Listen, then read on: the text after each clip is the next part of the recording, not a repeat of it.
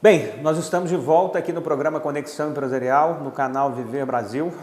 A gente está de volta agora com o Emerson Castro, que é diretor de ensino da Cotemig, que é uma das instituições mais qualificadas e reconhecidas que a gente tem no nosso estado.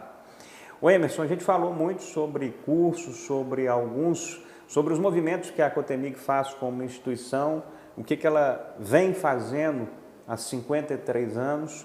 Agora nós estamos num programa que é o foco na conexão empresarial. Eu queria entender de maneira um pouco mais objetiva o que representa a Cotemig como instituição de ensino hoje em Belo Horizonte e Minas Gerais. Como é que é a representatividade dela no que ela faz? Perfeito. A primeira questão é, dentro dos nossos princípios e valores, né? É a responsabilidade que nós temos de formar bons profissionais, excelentes profissionais para o mercado de tecnologia. Não tem uma empresa ou uma organização hoje que não tenha uma área específica de tecnologia e que precise desse suporte, né?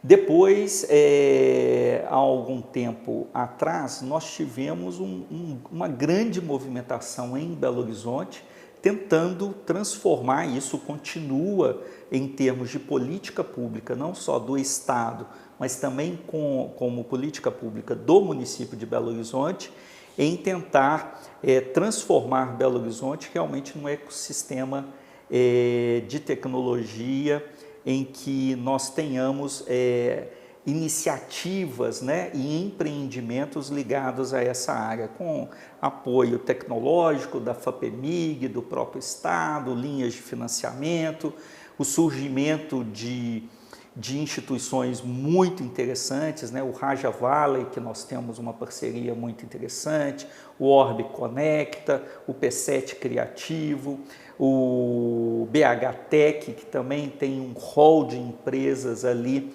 muito importantes, e todas essas instituições, todos esses empreendimentos precisam, principalmente voltados para o desenvolvimento de tecnologias, precisam de programadores, né?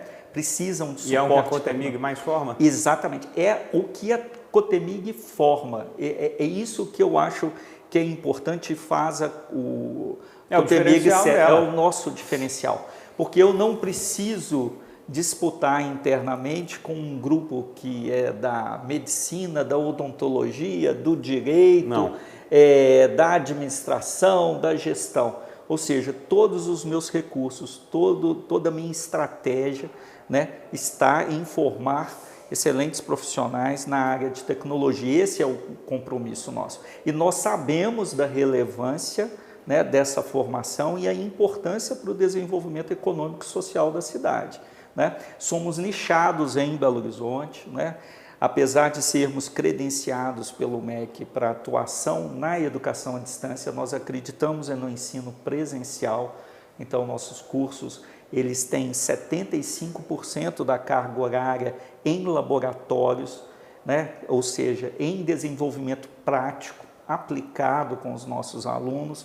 Os trabalhos de conclusão de curso, tanto do técnico quanto do superior, é em desenvolvimento de software, ou seja, o aluno ele aplica aquilo que ele aprendeu e apresenta uma solução em termos de software, o que traz para a gente uma responsabilidade, uma alegria muito grande, Gustavo, porque nós sabemos que em cada empresa de tecnologia nós temos ex-alunos. Por exemplo, na quarta-feira foi a formação dos estudantes do curso técnico, né? E eu presidi a cerimônia de colação que foi lá no Minas Centro, e eu no palco, lá na mesa, eu chamei, olha, os pais que formaram no Cotemig e que tem estudantes formando agora, podem vir ao palco para poder tirar uma foto com seus filhos.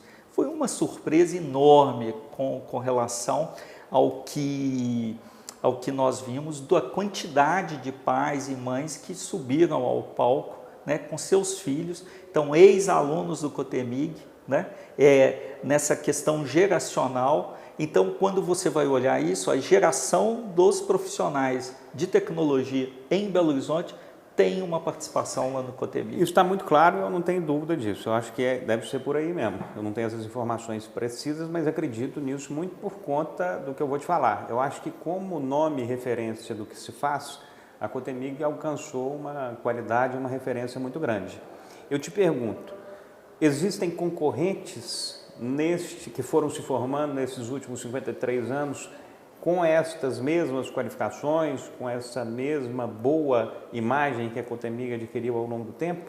Vocês têm concorrentes que fazem essa mesma atividade aí de maneira qualificada ou que traz algum tipo de impacto no dia a dia da Cotemig?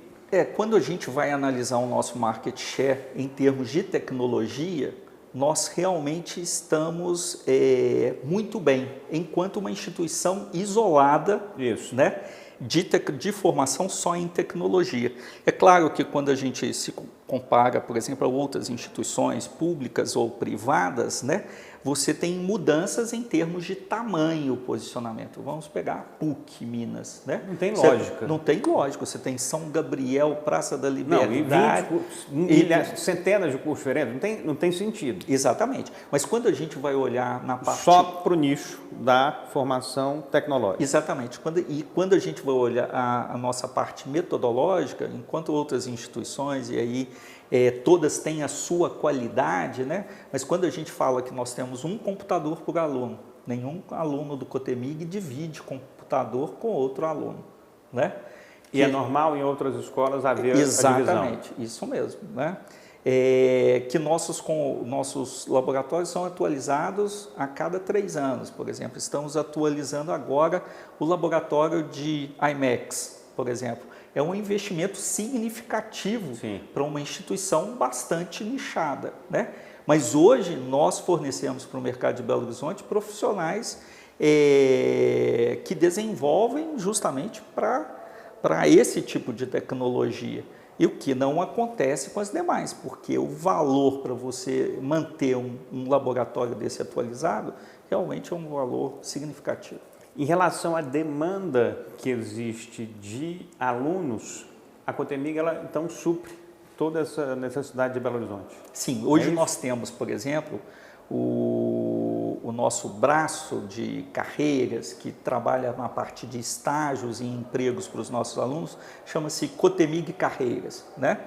Hoje nós temos praticamente convênio com todas as instituições de tecnologia, praticamente todas, né? Buscamos e atualizamos sempre isso. Temos um relacionamento muito próximo com as instituições que representam o setor, a CESPRO, o Sindicato das Empresas de Tecnologia, a própria Sucesso. Então, esse relacionamento, né, ele facilita o encaminhamento desses estudantes e eu ouso dizer realmente que um estudante hoje, um dos problemas nossos de evasão, ou seja, que o aluno deixa de estudar na educação superior, é porque ele já foi contratado. Ele começa a crescer na empresa e ele não consegue compatibilidade de tempo para poder estudar. O que eu ia te perguntar é o seguinte, o cara que está nos vendo ali, e aí eu estou falando de uma pessoa que está nos vendo em formação. Sim. Ele está vendo aqui, está vendo a sua fala, já escutou falar de Cotemig demais, já tem um caminho aí associado aos seus gostos por tecnologia, por eletrônica, e ele pensa ali, gente, será que isso que está sendo falado ali no canal Viver Brasil tem sentido? O que eu quero te perguntar? A partir do momento que uma pessoa define seguir esse caminho, vá lá fazer os 3 anos de formação na Cotemig. E a partir daí se especializa em um dos 3 pontos que você colocou. Qual que é a realidade que essa pessoa pode esperar em relação à sua atuação no mercado de trabalho? Quanto que ela vai começar a ganhar no primeiro momento? Qual que é o teto da capacidade de um profissional desse setor receber no seu ápice da carreira? O que ela pode esperar da vida a partir do momento que ela se forma e começa a operar no mercado de trabalho tecnológico com o curso da Cotemig em mãos? Olha, um técnico em informática que é nível médio. Que é o que a pessoa precisa saber. Exatamente, claro, claro. Primeiro a gente tem que falar no aquecimento do mercado de tecnologia, né? A gente vive agora e vai viver uma segunda onda de startups, né? Por conta da inteligência artificial. Você teve muito software desenvolvido. Eu até arrepio. Não, eu arrepio. Aqui eu não gosto nem de ver. O que é que vai acontecer? Isso. Aqui estão acontecendo coisas tão bizarras já que eu não gosto nem de ver o desdobramento dessa inteligência artificial. Você pega no Instagram hoje, você já começa a ver cada distorção, cada bicho criado ali com a inteligência artificial. Um boi que virou uma sereia com cauda de macaco. Eles estão fazendo tudo. E isso não está nem no começo, porque não começou. Não, e esse é um grande desafio educacional nosso. Como é que a gente insere isso, né? Mas sem ser um modismo, ou seja, a gente agrega isso na formação do nosso estudante, mas sem parecer, porque ele precisa desenvolver. Só que a questão internacional hoje é que as empresas de tecnologia que nasceram lá atrás, na primeira onda de startups, agora, com a inteligência artificial, elas estão revendo seu anel de valor de produto, de agregar inteligência artificial. É igual o telefone celular existia, mas agora é o telefone celular com inteligência artificial. Né? É um computador agora inteligente, piorou. Meu Deus. Né? Aí tem 500 aplicações. E só pegando um pouquinho, eu ainda vou responder sua pergunta, só pegando um pouquinho, o direito vem a reboque disso, né? Então você vem lei, LGPD, banco de dados, porque tudo que é dado, né? A inteligência artificial vai ler dados, ela vai analisar dados, ela vai entregar respostas a partir de dados. Se os dados estiverem errados, né? Como é que é? Vai bagunçar tudo. Vai. E a outra questão é essa própria regulação das big techs, o mercado europeu, né, a Comunidade Econômica Europeia já soltando algumas regulações. Elas estão acontecendo agora, essas regulações, né? Nesse exato minuto. Exatamente. E isso tudo, o fato social tem que acontecer para acordar o direito. O direito não vai adivinhar, futuramente vai ter inteligência artificial, vou fazer uma lei. Não. Primeiro acontece, vê as consequências e vem a regulação, trazendo um reequilíbrio dentro dessas aplicações. E esse profissional hoje, quando a gente está falando com o setor e a gente está falando entre aspas... Primeiro que hoje ele praticamente não existe, né? Não existe. Está procurando e não acha. Isso mesmo. A nossa própria regulação da internet, que é uma lei que é muito utilizada hoje para isso, né? Ela é completamente desatualizada com relação à utilização da inteligência artificial. Hoje você tem interpretações que tentam trazer algum fundamento a partir dela, mas não existe. Mas a jurisprudência, as decisões, as discussões, as teses é que vão dar esse caminho. E especialmente por conta de foro, né? Onde é que essas empresas estão? Onde é que estão esses CNPJs, né? E por aí você vai ter ainda uma série de desafios no setor. E o cara ali está perguntando, quanto é que eu vou receber por mês? Exatamente. Um técnico hoje varia em torno de 1.500 a 2.500, dependendo da carga horária dele, entre 6 e 8 horas, né? Eu estou me balizando justamente por conta da pesquisa que a gente faz em termos de pagamento de estágios, né? Então a gente já tem esse balizamento. Agora, ADS, sistemas de informação, ciência da computação, esses estudantes hoje, eu acredito que na faixa de uns 5.000, 6.000 reais, eles já estão assim, quando eles já são contratados, eles estão sendo contratados justamente nessa faixa. Né? E tem uma outra parte também, que é a parte do seguinte, qual que existe um percentual, como é que vocês identificam isso? Mas eu sei que é uma realidade que possivelmente é maior do que outras realidades no volume. Além do profissional que vai atuar numa determinada empresa, numa determinada atividade, tem o profissional empreendedor em larga escala, né? Que é o cara que abre a sua própria MEI, que abre uma empresa com outros colegas, que começam a prestar atendimento. Hoje tem 3 pessoas, 4 pessoas, daí 3 anos tem 50 pessoas trabalhando naquela operação. É um mercado que também está neste caminho, né? Como ele é novo, existe muitas experimentações. Sim, correto? Correto. E aí é que esse programa, primeiro, o nosso programa final de formação, né, que no colégio é chamado Projeto de Software, casado junto. Então, para você ter uma ideia da formação, nós queremos que o aluno tenha um projeto de vida, ou seja, ele estabeleça, ele está lá no ensino médio, novo, né? Peraí, o que eu sou, o que eu vou, para onde que eu vou? Esse conteúdo, essa formação vai dar para ele uma ideia principalmente de autoconhecimento. Eu estou na carreira certa, é isso mesmo que eu quero, né? Depois nós temos a formação em empreendedorismo, né? Que ele se conhece, aí ele conhece e se apropria das competências necessárias, o que é um plano de negócio, o que é negócio, como é que eu faço uma pesquisa, como é que eu identifico um problema. Você já está dando um caminho de empreendimento também. Exatamente. Empreender também. Isso mesmo. Nessa disciplina, ele já cria um problema, ele encontra um problema que é o que ele vai resolver com o projeto de software dele. E tem alunos que têm ideias maravilhosas e a gente sempre chama profissionais de mercado, empresas, para participarem dessas bancas, para ouvirem. Né? A gente até tem uma ideia de tentar trazer com algumas organizações, olha, vão trazer seus problemas para cá, suas dores para cá, e vão deixar nossos alunos trabalharem, porque essa conexão com o mercado é muito importante. Isso não foi feito ainda? Não foi feito ainda.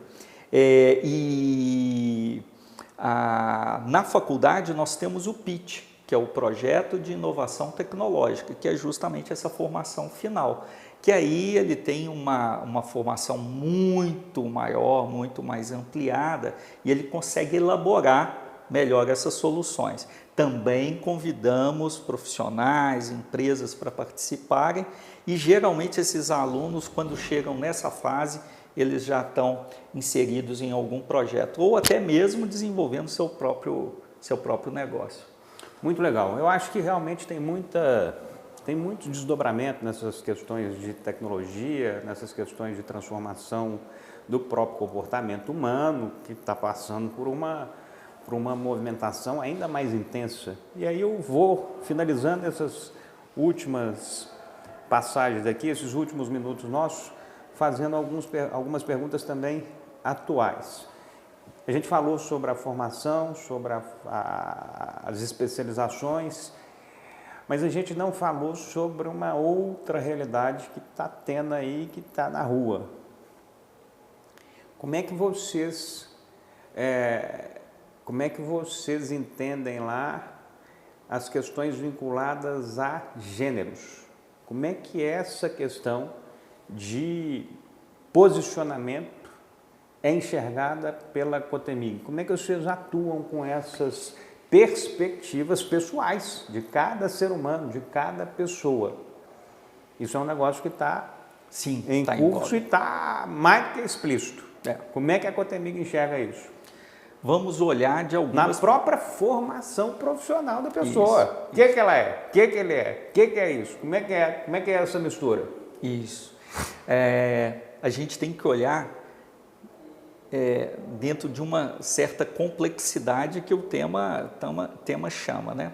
A primeira questão é nós temos um programa chamado Entre Elas. A primeira desafio nosso é que nosso contingente de estudantes basicamente é do sexo masculino. Você tem pouca inserção da mulher no mundo da tecnologia, no mercado da tecnologia. Isso percentualmente é o quê? 90%, 80% homem? 70%. 70%. A cada 10, 7 homens, 3 mulheres. Isso mesmo. E isso também vai para a faculdade, a mesma coisa, nos cursos de graduação. E para nós a gente tem esse programa que ele traz mulheres gestoras na área de tecnologia, empreendedoras na área de tecnologia, justamente para poder falar com essas meninas, discutir o papel da mulher, porque realmente foi um universo, assim como a questão das polícias, né? Sempre foi um universo muito das masculino. Polícias e da política. E da política também, né? Você mesmo com as cotas, você vê aí 500 problemas dos partidos em termos de cota, mas não vamos entrar nisso. Esse é um grande desafio nosso, né? E a outra questão é que na formação dos nossos estudantes, quando você vai programar e quando você vai trabalhar com a inteligência artificial, tem um negócio chamado algoritmo. O algoritmo ele é criado, né? E ele é criado por uma pessoa que tem seus valores, tem seus princípios, tem as suas preferências, né? Como é... Ai, que loucura. Isso mesmo. Como é que eticamente, né? Existe algoritmo machista? Existe, né? Pode existir racista? Pode existir. Tem até algumas coisas já que pegaram isso, né? Exatamente. Então você pega, por exemplo, nesses softwares de seleção de currículos e tudo mais, você tem um monte de vieses ali que nem cabe a gente discutir. Mas hoje nós trabalhamos nessa educação para direitos humanos, educação ambiental, né? Que é justamente para formar uma mente pensante o seguinte: que soluções eu posso desenvolver para melhorar essa questão ambiental. Então, lixo eletrônico, né, que é produzido, isso é uma coisa, o consumo de energia, por exemplo, se você falar em criptomoeda, né, mineração. Mineradores. Isso. Mineradores, parece que são os mineradores do minério, mas na verdade são mineradores da tecnologia. Isso mesmo. Então, é muito desafiador, mas a gente, dentro da proposta pedagógica do COTEMIG, tanto no colégio quanto na faculdade, a gente tem esse pensamento e essa discussão. Emerson, quais são os próximos passos da COTEMIG aí, 2025, 2026? O que a COTEMIG está preparando para os alunos e para a sociedade de maneira geral? Olha, o nosso principal desafio de 2025 é a inteligência artificial na educação. Então, como é que nossos professores, nós terminamos... Você está falando de educação? Antes de finalizar, só mandar um beijo aqui para minha querida Zuleika. A Zuleika é a diretora do Colégio Santa Doroteia, sempre está vinculada ao sindicato, a movimentações de refinar a educação em Belo Horizonte, em Minas Gerais. Você é uma craque e que sorte que a gente tem mulheres tão decididas como você a fazer a diferença. Só fazendo esse registro. Isso, e ela é importante, porque ela é uma colaboradora voluntária lá entre elas, né, de mulheres na educação, que cuidam muito dessa parte. E Zuleika foi minha colega lá no Conselho Estadual de Educação, tenho um carinho enorme com ela, foi presidente do Cinep. Mas o maior desafio em 2025, nós terminamos uma rodada de implementação de inteligência artificial, tanto na utilização do nosso material didático, como de alguns programas, inclusive de avaliação de aprendizagem, que a gente quer fazer o que a gente chama de adaptative learning, que é justamente o ensino adaptativo, ou seja, individualizar as necessidades de aprendizagem de cada aluno. Isso a tecnologia pode formar. Então, o professor hoje ele terá ferramentas a partir de 2025 justamente para possibilitar isso e verificar o que mais pode ser desafiado para cada aluno nosso. Emerson, foi uma grande aula que nós tivemos aqui nesses últimos minutos. É uma alegria ter feito essa conversa aqui com você, entendido um pouco mais da COTEMIG. A gente escuta falar aí muito ao longo do tempo, mas a gente não tem essa percepção tão clara e mais aprofundada conforme você nos clareou aqui agora. É uma empresa que realmente dá orgulho pelo tempo, pela forma como ela se coloca aí, e foi um privilégio ter você aqui falando um pouco mais da COTEMIG, contando um pouco mais dessa história linda de transformação e falando um pouco sobre o que tem de futuro aí previsto. Queria te agradecer muito pela presença aqui e estamos à disposição no canal Viver Brasil. O canal é um canal que foi criado em Belo Horizonte há 2 anos atrás com o objetivo de ser uma boa referência de comunicação para as empresas, as pessoas e a atividade que acontece em Belo Horizonte e Minas Gerais. Então é uma alegria ter essa história da Cotemig sendo contada aqui também. Parabéns. Muito obrigado. Eu que agradeço aí a oportunidade e fico muito feliz. Parabéns. Tudo de bom. Até a próxima. Agradeço a você que acompanhou o programa Conexão Empresarial até o presente momento. Nós estamos no compromisso de estar levando cada dia mais informações, conhecimento, debates, provocações de qualidade para Belo Horizonte, para Minas Gerais e para o Brasil. Obrigado a você que acompanhou o nosso programa e até um próximo conteúdo aqui no canal Viver Brasil.